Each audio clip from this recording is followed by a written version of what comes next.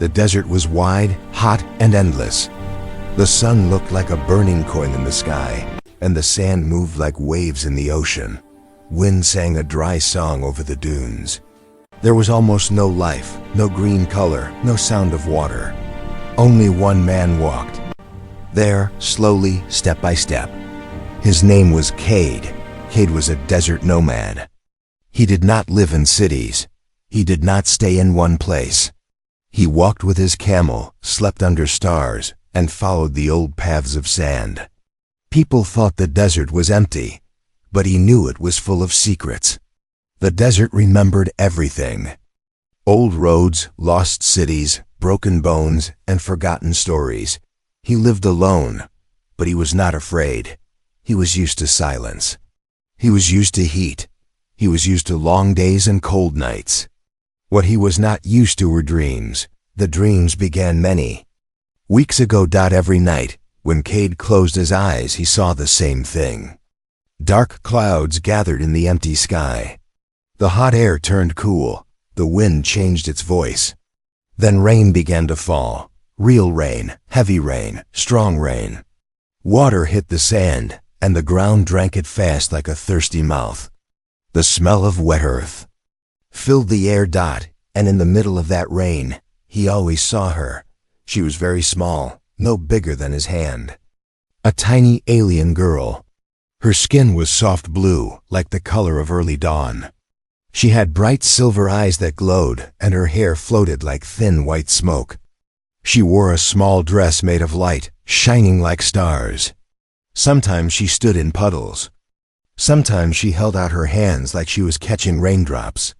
She always looked at him, straight into his eyes. Every dream she whispered one word in a soft voice: help. Then he always woke up. He woke up thirsty, sweating, heart beating fast. The strange part was this: his hands were always wet. There was no rain in the desert, no clouds, no storms. But water was on his fingers like he had truly touched the rain in his dream. Cade first thought he was sick. Maybe the heat was breaking his mind. Maybe he was losing himself to the desert like many travelers before him. But the dreams kept coming, stronger, clearer, louder. One night the dream changed. The sky in the dream was darker than before. The clouds twisted like giant snakes. Lightning flashed again and again. The tiny alien girl was not standing anymore. She was kneeling, shaking, holding her arms around herself. Her silver eyes were full of fear. She looked hurt, tired, almost broken. This time she did not whisper softly. She cried out, "Help me." Cade felt something inside his chest tighten. He tried to run to her in the dream. He tried to reach out his hand. But the rain turned heavy like stones. The world shook. A huge shadow moved behind her, very big, very dark, like a monster made of metal and night. He could not see its shape clearly, only red lights moving in the darkness. The girl looked straight at him again. "You dream of rain," she said. "So I find you." The shadow came closer. The dream broke. Cade woke up suddenly, breathing hard. His heart was loud in his ears. The desert night was cold and quiet. His small fire burned low. The stars looked sharp and distant. For a second he thought everything was normal again. Then he saw her. She was there. Not in the dream. Not in his mind. She was standing on a warm stone near his fire. The same tiny alien girl, small body, blue skin, silver eyes, white hair like smoke. She looked weak. She was shaking. Raindrops still rested on her skin, shining in the firelight, even though the desert around them was dry as bone. Cade did not move. He did not speak. He was afraid that if he breathed wrong, she would vanish like dust. She looked up at him with tired eyes. "You dreamed of rain again," she said in a soft, broken voice. "So I could come again." He finally found his voice. It came out low and rough. "What are you?" he asked. She smiled sadly. "I am lost," she said. "And now you are part of it too." The ground trembled under them. A deep sound rolled.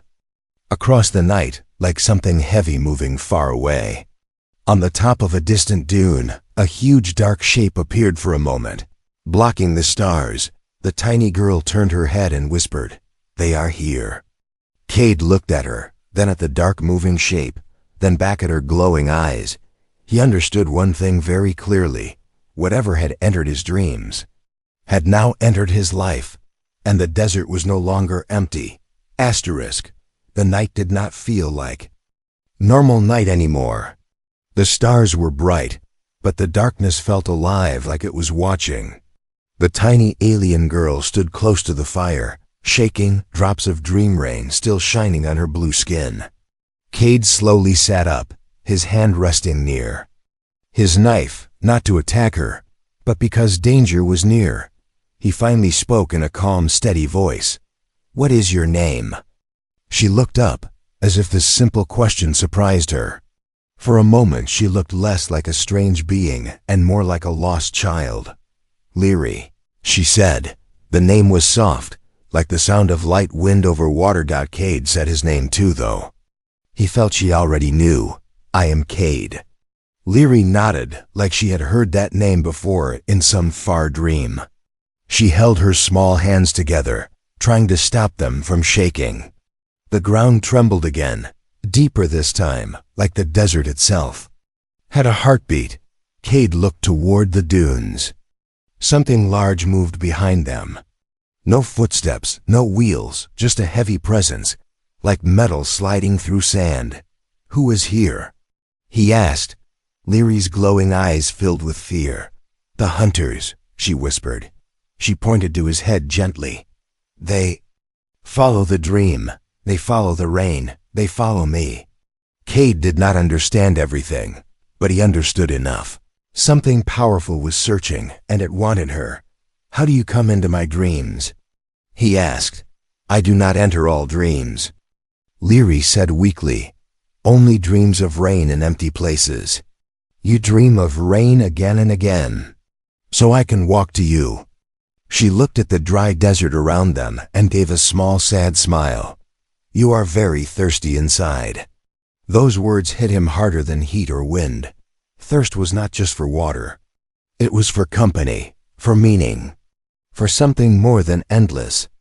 Sand. She had seen the truth inside him. Another deep vibration moved under the ground. The fire jumped, as if afraid. Far away, red lights slowly rose over a dune, like eyes waking in the dark. Leary swayed where she stood. She was growing weaker, smaller almost, like a candle almost burned out. "I cannot stay long without rain," she said. "My life is linked to it. They took me from my world. They want my power. They want storms for war and silence for control." She looked guilty, as if this was somehow her fault. "I ran. I hid in dreams, but dreams are doors. They found the door through you." Cade looked again at the red lights moving closer. They were not torches. They were cold, straight beams. Not human machines either. They floated just above the sand without sound, leaving smooth lines behind them. His heart beat fast, but his voice stayed steady. "Can you run?" Leary shook her head. "I am small here. I am weak here. I need your dream." Cade blinked. "Yes," she said. "When you dream rain, I am stronger. I can bend storms. I can hide. I can fight. Without your dream of rain, I fade." The idea was strange, but he had seen stranger tonight than strange ideas. The red lights spread into a wide line like hunters walking shoulder to shoulder. A metal shape the size of a house rose from behind a dune for a moment, smooth. Dark wrong. He heard a distant voice that was not human, flat, cold, empty. Target near. Life signature found. Leary's small hands gripped the edge of his cloak. She looked like she wanted to say she was sorry. Cade could see it in her eyes. She believed she had ruined his life simply by arriving. He surprised himself with what he felt. He did not feel anger. He felt protective, maybe because she was small. Maybe because she was alone. Maybe because her eyes looked like rain on metal. Or maybe because he understood what it meant to be hunted by loneliness, even before real hunters came. He spoke simply. "We move." He picked her up gently. She was light as a bird, warm like sunlight after dawn. She curled against his chest, trying to hide her glow under his cloak. He covered her carefully so only a faint silver shine escaped.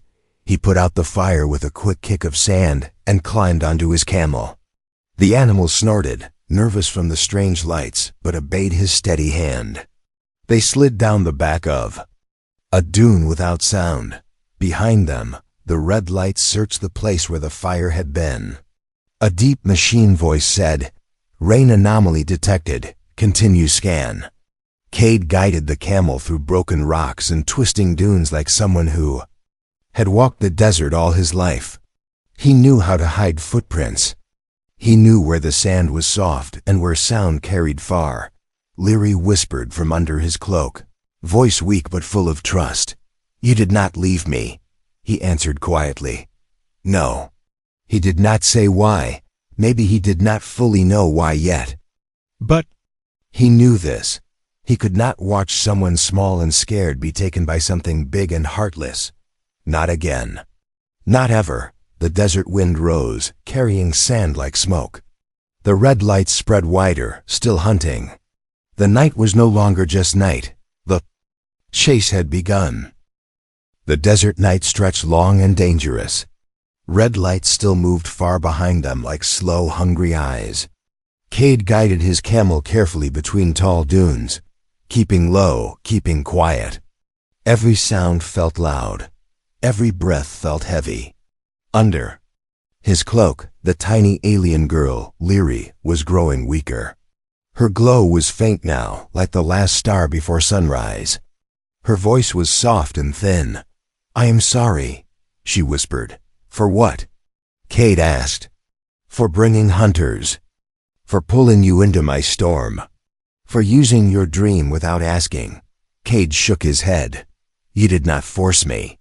He spoke in simple words, but they came from deep inside him. "You were alone. I know how that feels." Leary looked at him from under the cloak. For a moment, she forgot her fear. A very small smile touched her lips. It was warm and sad at the same time. The ground trembled again, stronger now. The hunters were closer. Above the dunes, 3 dark shapes slid across the sky like black ships without sails. No wings, no sound of engines. Just silent movement, as if night itself had learned to fly.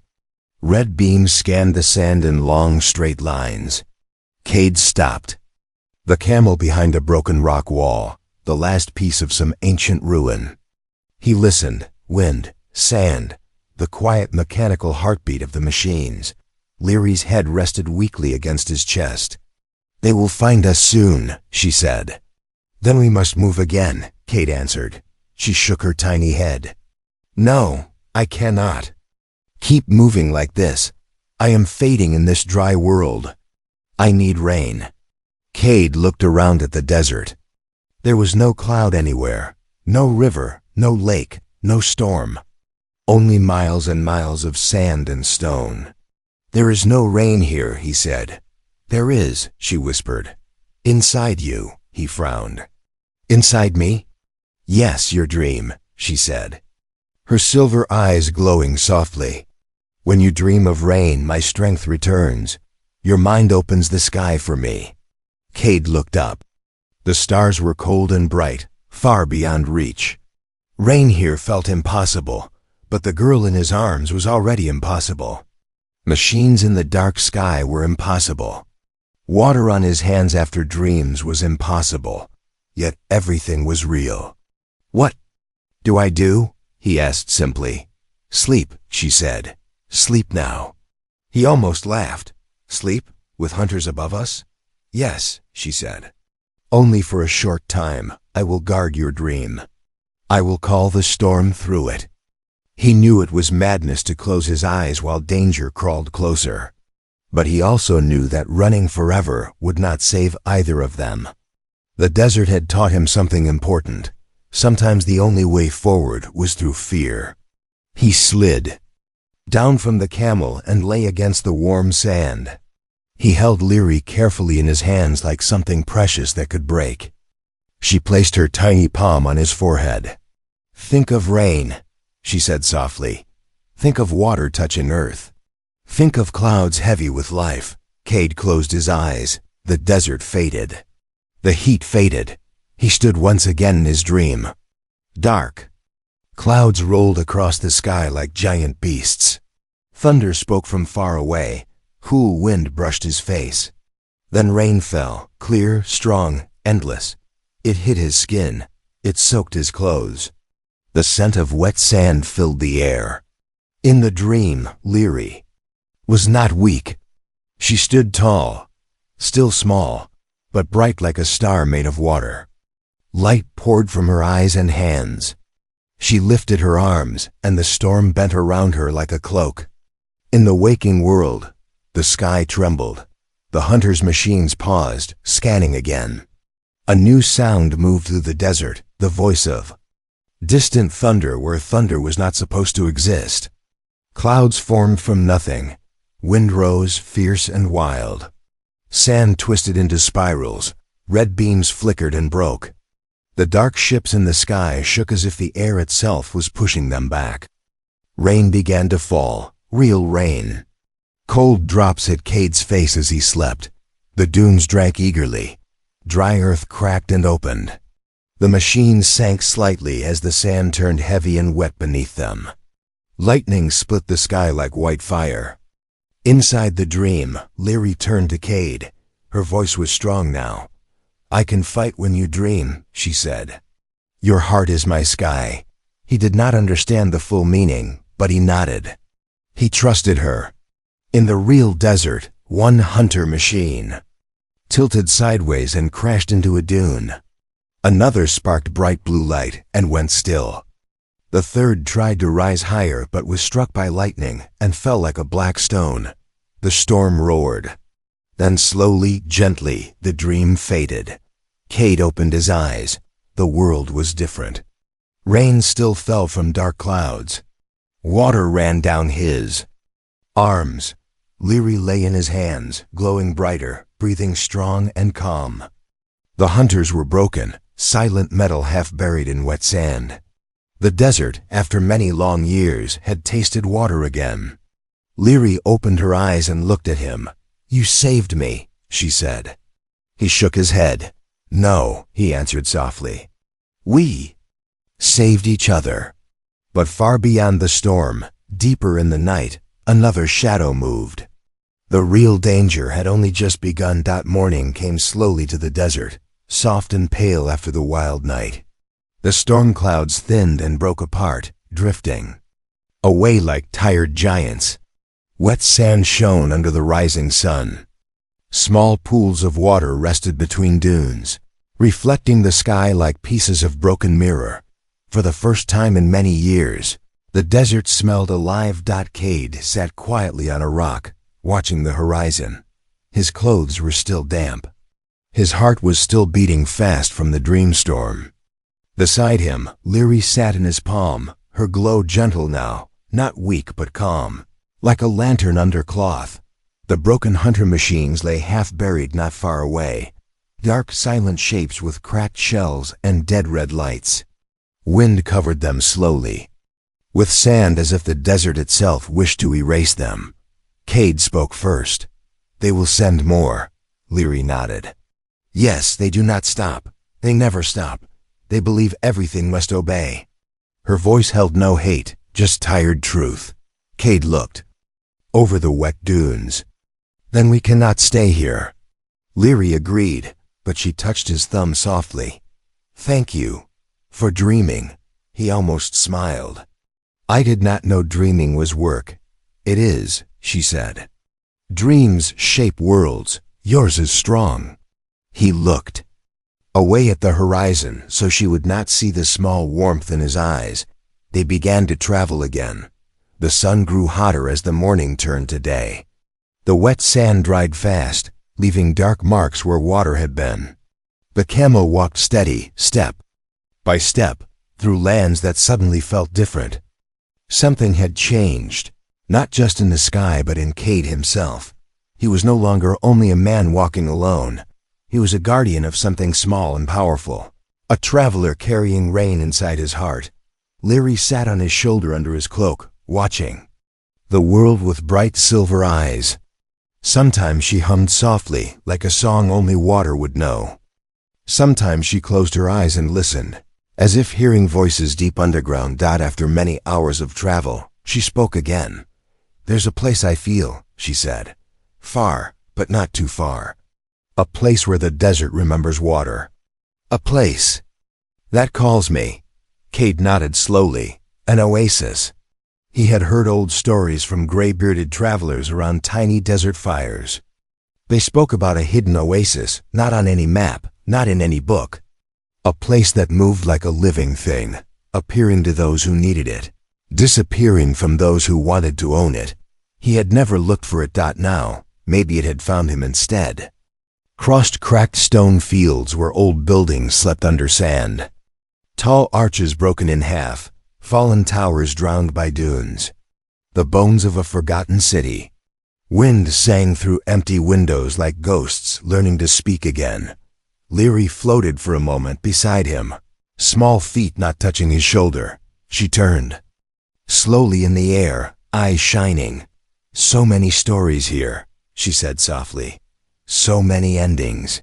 Cade looked at the ruins and wondered if one day humans would also vanish like this, leaving only sand and broken walls. The thought passed through him like a shadow, then left. He kept walking. By evening, the heat softened, and a gentle wind touched their faces. Cade felt something strange in the air. Not rain, not storm, but promise. The air felt heavier, sweeter, as if holding breath.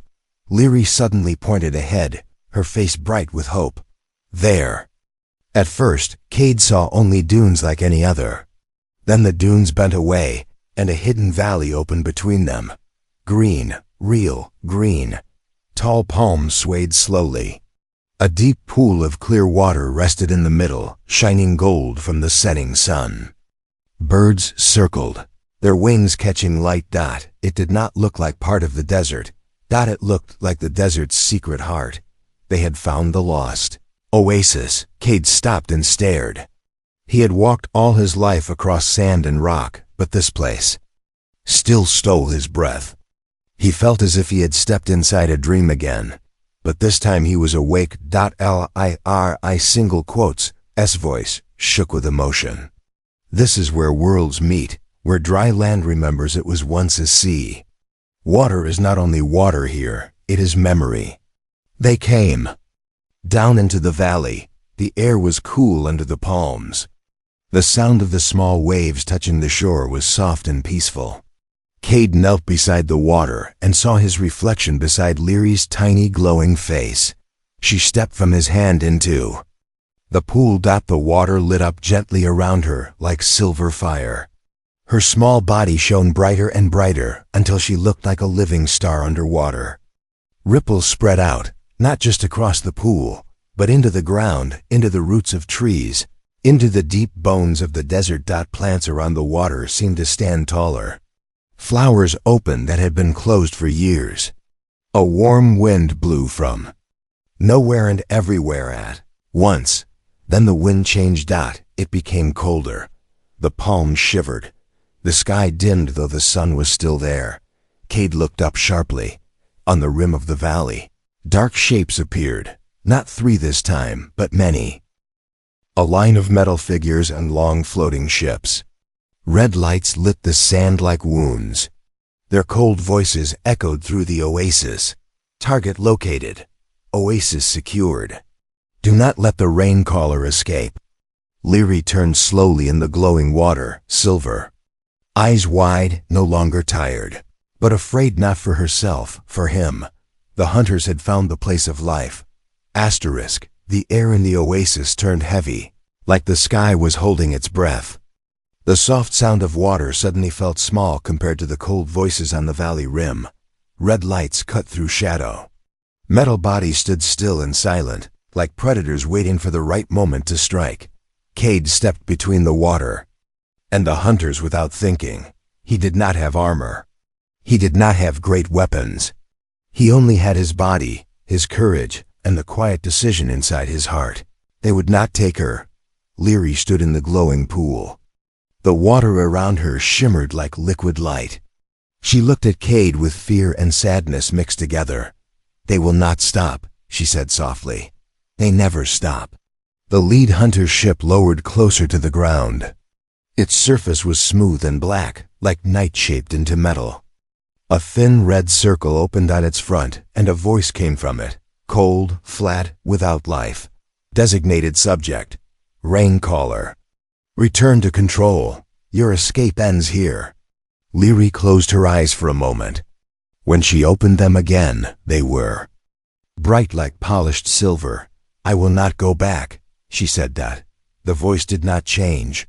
"Your function is weather command. You are property, you are tool.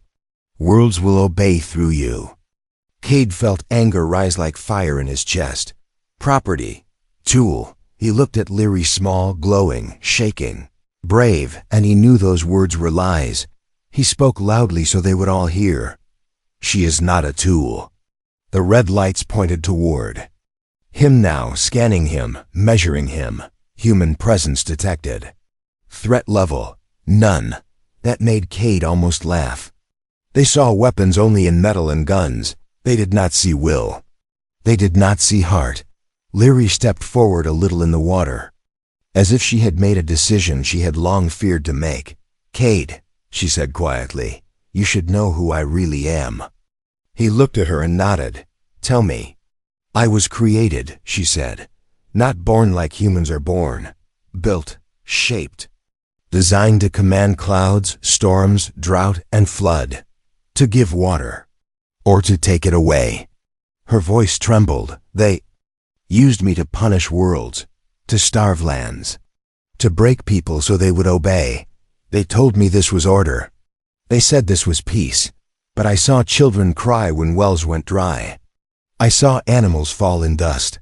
I saw green places turn to dead stone." She looked down at her small hands, so I refused. The water around her dimmed, and then brightened again, reacting to her feelings like it was alive. I would not kill for them anymore. I ran. I hid between dreams. I searched for someone who dreamed not of power, but of simple rain. Her eyes met Cade's. "I found you." Cade felt something tighten in his throat. He was only a desert nomad, a wanderer with no rich house and no grand title. But she had found him because he dreamed of water not for control, but for life. The hunter voice echoed again. "Return, or desert planet will be locked in permanent drought cycle." Leary's face went pale. The threat was real. They did not bluff. They would dry the world simply to break her. Cade stepped deeper into the water with her, the cool surface reaching his boots. He spoke in a strong, clear voice. "This world is not yours." The hunters did not answer, but their weapons glowed brighter. Leary shook her head slowly. "They will hurt your world if I stay free. This is why I feared telling you. This is why I tried to only appear in dreams. My life brings danger wherever I go." Cade looked at her, then at the machines, then back at her again. "You bring rain," he said simply. "You bring life. They bring only fear. That is the difference." He put his hand over his heart. "And you are not alone anymore." For a moment, everything became quiet, wind, birds, water, as if the world itself listened. Leary's eyes filled with light and something like tears, even though she was not fully human. She whispered, "No one has ever said that to me." The lead hunter gave its final order. "Seize target. Neutralize human interference." Metal soldiers began to move down into the valley, heavy and slow, but unstoppable. The ships above hummed with deep power. Red lights locked onto Leary, onto the water, onto Cade's chest. Cade did not move back. He stood taller. He knew something now. Fear was not the opposite of courage. Fear was its beginning. Leary reached for his hand. Her tiny fingers touched his skin. and the pool around them exploded with silver light. The water rose like a living wall, curling into shapes like wings, like shields. She spoke not to the hunters, but to the sky. I will not be your weapon. The air grew thick, the ground trembled. Leaves of the palms shook without wind. The hunters advanced anyway. They believed metal always beat heart. They were about to learn they were wrong. The oasis held its breath. Silver light moved through the water like living fire. Palm leaves shook without wind. The hunters came closer, metal feet sinking into the wet ground, heavy and certain, like they had never failed before and did not believe they could fail now. Cad stood in the pool beside Leary, water up to his knees, clothes wet and heavy. He did not feel small anymore. He did not feel alone. He felt something rising inside him, not anger, not hate, but fierce care. He cared for this tiny alien girl. He cared for the desert that raised him. He cared for the rain that could make Deadland live again. The lead hunter spoke again. Voice flat and empty. Surrender. Leary lifted her head. Silver light burned in her eyes. No. The water around her rose higher, curling like a wave frozen in air. The hunters aimed weapons, red circles glowing, humming like angry bees. Heat gathered at their tips. One more second and the valley would burn. But something unexpected happened. The sky darkened. Clouds rolled in fast from nothing, as if they had been hiding behind the sun. Hot air turned cool. The scent of rain filled the air again. Birds flew up in sudden fright and circled above the trees. Cade felt the change inside himself too. It was like the dream was not sleeping anymore. The dream was awake. Lir. I looked at him. I need you again. He nodded once. He did not ask how. He did not ask why. He simply closed his eyes, even with danger only heartbeats away. He dreamed again, but this time he did not fall into the dream. The dream rose through him. He saw rain in his mind.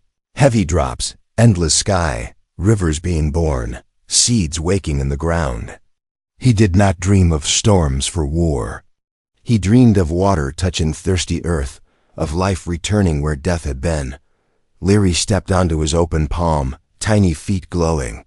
She took in his dream like breath. Her body blazed with light, so bright the nearest hunters hesitated. Systems. Confused. Thunder broke the sky. Rain fell, not soft this time, but wild and strong. It slammed against metal heads and armored chests. Sensors blurred. Red beams flickered and snapped. The ground turned to thick mud, pulling machines down like hands from below. One hunter fired. A beam of burning light shot toward Cade. He did not move. There was no time, but the beam never touched him. Water lifted from the pool and froze into a wall as clear as glass. The beam hit it and burst into steam, vanishing into white mist. The shield flowed like living crystal, then rejoined the pool again. Leary was not weak anymore. She was power and peace and storm at once. The hunters finally understood. High threat level detected, the machine voice said. Rain caller. Fully activated. Neutralize immediately. They all fired at once, but water changed shape faster than metal could think. It became shields, spears, wings, waves. Lightning joined the rain like wild music. One ship cracked straight through the middle, falling into the pool with a scream of tearing metal. Another tried to fly higher, but the storm pulled it back down like a giant hand. Cade did not fight with weapons. He fought with will. He stayed beside Leary. He held the dream steady. Whenever fear tried to break into his mind, he pushed it away and thought again of life, of green places, of children drinking clean water, of the desert blooming, even for one short season. Leary heard those dreams. She poured them into the storm. Hunters slipped, fell, sank, broke. Their voices changed from cold commands to static whispers, then to silence. Rain washed their metal bodies like the desert itself was deciding to erase them. At the center of everything, Leary suddenly changed. For a heartbeat, she was no longer tiny. She rose tall above the water, her body made of light and rain together. Her hair flowed like a white river, her eyes held galaxies. She looked not like a child or a weapon, but like a guardian older than machines, older than war. Cade stared, amazed but not afraid. He knew it was still her. She lifted her hands. "Go," she said to the broken hunters, her voice like thunder and like whisper at the same time. "Leave this world." A last shock of lightning struck the final ship. The sky cleared as quickly as it had darkened. Rain softened, then stopped. Silence fell again, but it was not empty silence. It was full silence, peaceful silence, like soil after first rain. Leary shrank back into her small form. The glow faded to a soft silver. She wobbled in the air, then slowly sank into Cade's hands. He caught her quickly, holding her close to his chest. She was tired, very tired, but alive. Her voice was faint, but warm. "Cade, you stood with me." He gave a small, tired smile. "And you stood with my world." Around them the oasis shone. Brighter than before, new leaves appeared on branches. Tiny flowers opened on wet sand. The desert had been changed, not forever, but enough to remember. But far beyond even the horizon, in deep space, signals were sent, messages carried, warnings spoken. The rain caller was not captured. And somewhere out there, something even larger had begun to move. The storm was gone, but its memory stayed. The oasis shimmered under soft sunlight, the pool bright like polished glass. Water dropped from green leaves in slow silver beads. The air was fresh, cool, and full of a quiet that felt gentle, not empty. Life had returned to a place that once waited in silence. Cade sat on the sand near the water, his clothes still damp, his body tired but calm. He watched small birds drink from the edge of the pool. He listened to the sound of wind moving through palm leaves.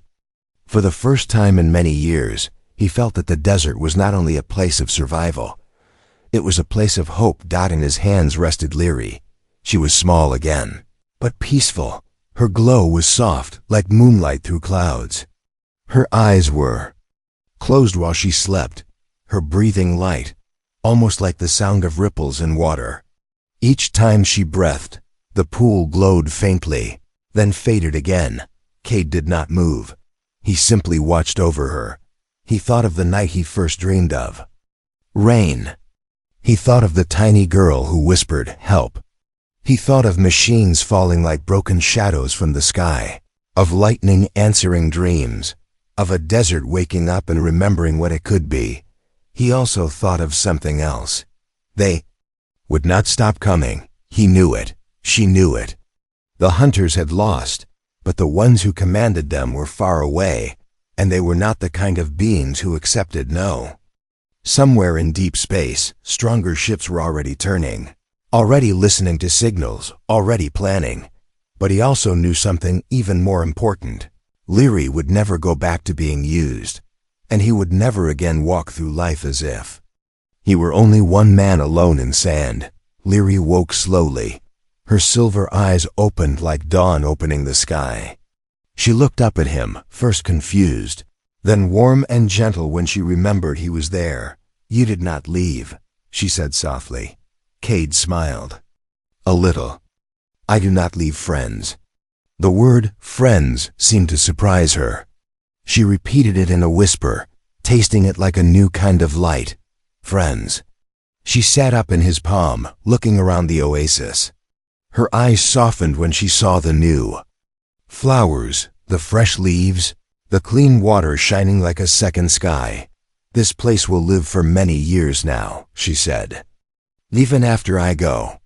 Cade heard the word, and his chest tightened slightly. "Go?" he asked. She nodded slowly. "If I stay, more hunters will come. Not 10, not 20, many. They will hurt your world. They will dry the skies. They will burn." The ground only to catch me. She touched the top of his finger gently, like someone trying to calm a worry. I cannot let that happen. He wanted to tell her to stay anyway. He wanted to say that he did not care what came, that they would fight it together. But he understood something deeper. Sometimes love and care did not mean holding tight, that sometimes it meant letting go. Where? Will you go? He asked. Between dreams again, she said. To worlds that need rain, to places that cry in silence, to people who think no one hears them. She smiled softly. And maybe back to my own stars someday. The camel grunted nearby and bent its neck to drink. A warm wind wrapped around them like a friendly arm. Sunlight danced over the pool. Lir. I looked at Cade for a long moment.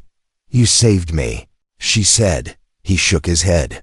We saved each other, he answered. She laughed quietly, like water ringing against stone. Then she grew brighter. Not burning. Bright like battle, but warm bright, sunrise bright. Her small body turned almost transparent, made of silver light and tiny raindrops. The pool glowed in answer.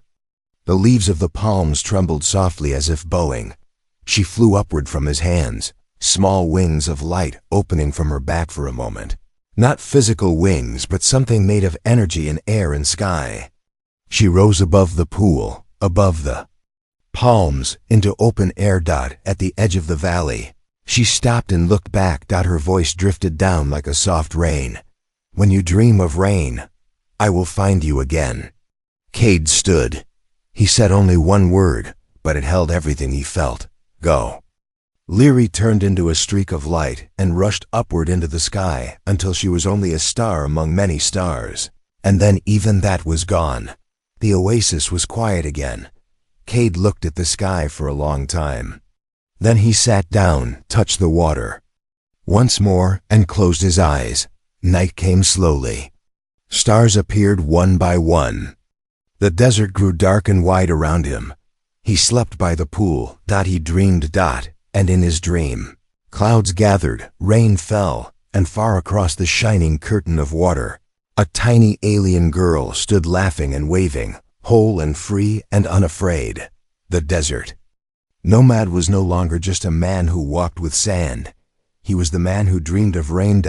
And somewhere in the endless universe, rain had already begun to answer.